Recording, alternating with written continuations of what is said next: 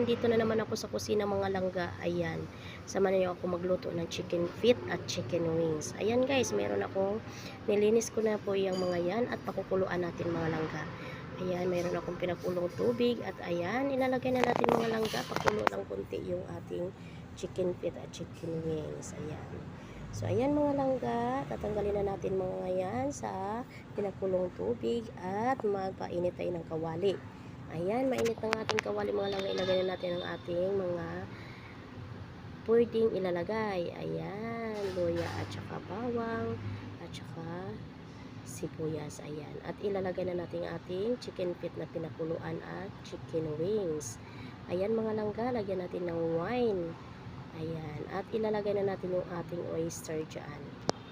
Ayan. So, ayan guys, nalagyan na natin ng oyster at mayroon akong black beans na sauce. Ayan.